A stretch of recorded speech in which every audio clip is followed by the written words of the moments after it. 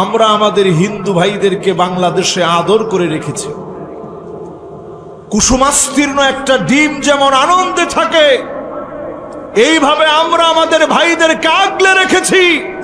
আজকে পশ্চিমবঙ্গে যারা মুসলমানদের গায়ে হাত দিচ্ছে, প্রমাণ হয়ে যাচ্ছে অচিরেই মুসলমানদেরকে জেগে উঠা লাগবে। সময় কিন্তু এত সহজে পার হয়ে যাবে না। শুভেন্দু অধিকারী তিনি আমাদেরকে যেইভাবে আঙ্গুল তুলে বলে যে বাংলাদেশে কয়েক মিনিটে শেষ করে ফেলবে, মুসলমান কয়েক মিনিটে শেষ হওয়ার জাতি না। জোরে কোন আল্লাহু আকবার।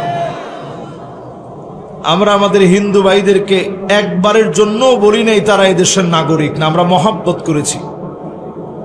কিন্তু খুবই গোটা করে তারা বাংলাদেশের মুসলমানদেরকে অপমান করে দিন দিন কথা বলছে। আমরাও শোনায় দিতে চাই, যারে আপনি বাংলাদেশে পাঠাইতে চান আপনি সসম্মানে পাঠান, আমরাও সম্মানটা দেখব। ঠিক না ভাই?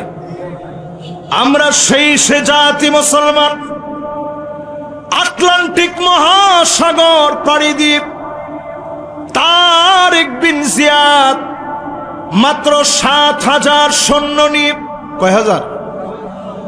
৬০,০০০। আরে ৫ আর ২ কত হয়? এই ৭,০০০ সৈন্য নিয়ে আটলান্টিক পাড়ি দিয়ে যখন ওই পারে গেলেন, সব খ্রিস্টান আর খ্রিস্টান। আজকের পর্তুগাল, আজকের স্পেন। তারেক বিন জিয়াদ যখন গিয়ে নামলেন, তাকায় দেখে সব খ্রিস্টান দাঁড়ায় আছে অস্ত্র শস্ত্র নিয়ে।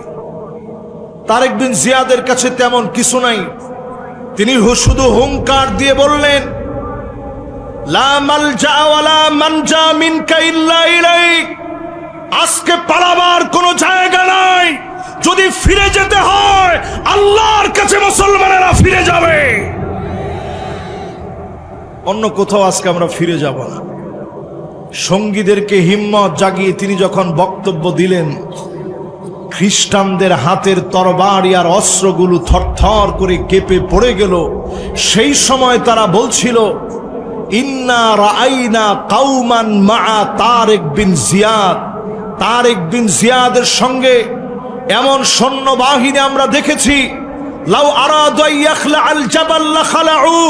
তারা যদি পাহাড়ের দিকে লক্ষ্য করে বলতো, পাহাড় এই মুহূর্তে তুমি সরে যাও, একটা মুহূর্তের ভিতরে পাহাড় তার জায়গা থেকে সরে যেত। একটু একটাবার চিন্তা করে দেখেন, মুসলমানের বক্তব্য শুনলে পাহাড় তার জায়গা থেকে সরে যেত।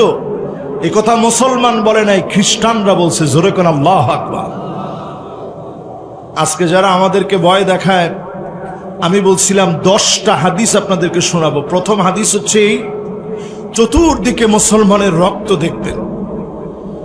আজকের রাত্রিতেও যদি আপনি খাতা কলম নিয়ে বসেন, কোন দেশে কি পরিমাণ মুসলমান মার খাচ্ছে আপনি যদি গুগলে সার্চ করেন, আজকের রাতেও পৃথিবীতে 2 কোটি মুসলমান মার খাচ্ছে। 20 কোটি মুসলমানের মাথার উপরে ছাদ নাই। অসংখ্য মুসলমান শরণার্থী হয়ে গেছে। ক্ষুধার যন্ত্রণায় পেট গুলা পিঠের সঙ্গে লেগে গেছে। সারা দুনিয়ার ভিতরে মুসলমানেরা মার খাচ্ছে। এই মার খাওয়ার কারণ হলো ঈমানের পথ থেকে দূরে চলে আসছি, তাকওয়ার পথ থেকে দূরে সরে এসেছি। আবার যদি ফিরে আসেন, যিনি অবশ্যই বিজয় দিয়ে দিবেন তিনি কে? এবার 2 নম্বর হাদিস শুনেন। 2 নম্বর হাদিস আমার ভাইরা, নবীজি বললেন এমন অবস্থা হবে, হাত্তা তাসিলাদ দাম, রক্তগুলা পৌঁছে যাবে মুসলমানের টাকনু পর্যন্ত। ও সাতক্ষীরার ভাইয়েরা শুনে রাখেন, এই সাতক্ষীরায় যে জেনোসাইড চালানো হয়েছে, রক্তের বন্যা তারা বইয়ে দিয়েছে, প্রমাণ হয়ে গেছে। সাতক্ষীরায় প্রত্যেকটা সিট আল্লাহর কোরআনের পক্ষে বিজয়ী হয়েছে। ঠিক কিনা বলেন? রক্ত পৌঁছে যাবে কি পর্যন্ত? টাকনু চেনেন? অজু করার সময় আপনার দৌত করেন না? এ পায়ের গোড়ালি, মাশাআল্লাহ, একেবারে সহি ভাষায়, সহজ ভাষায় বলে দিল, পায়ের গোড়ালি পর্যন্ত রক্ত পৌঁছায় যাবে। এটা কি সহজ কথা না কঠিন কথা? এই কোন যুদ্ধে পায়ের গোড়ালি পর্যন্ত রক্ত পৌঁছাবে জানেন? গজওয়ায়ে হিন্দ। আমি আজকের এই মাহফিল থেকে পরিষ্কার ভাবে বলি, গজওয়ায়ে হিন্দ আপনারা ডাইকা এনেন না। শুভেন্দু অধিকারী সহ যারা গজওয়ায়ে হিন্দকে ডেকে আনার চেষ্টা চালাচ্ছে, নিশ্চিতভাবে খাতা কলমে লিখে রাখেন, ওই যুদ্ধের ভিতরে মুসলমানদের দামামা বেজে উঠবে, কালেমার পতাকা উড্ডীন হবেই হবে, বিজয় একমাত্র মুসলমানের হবে। সেই বিজয় আসতেছে ইনশাআল্লাহ বলেন। তারা মুসলমানদের মসজিদগুলো এমন ভাবে ভাঙতেছে, আজকে আমি দেখলাম দাঁড়িয়ালা মানুষকে নিরপরাধ হওয়ার পরেও রাস্তার ভিতরে প্রকাশ্যে থাবড়াচ্ছে, মুসলমানদেরকে লাথি মারছে, গড়বাড়িগুলো জ্বালিয়ে দিচ্ছে।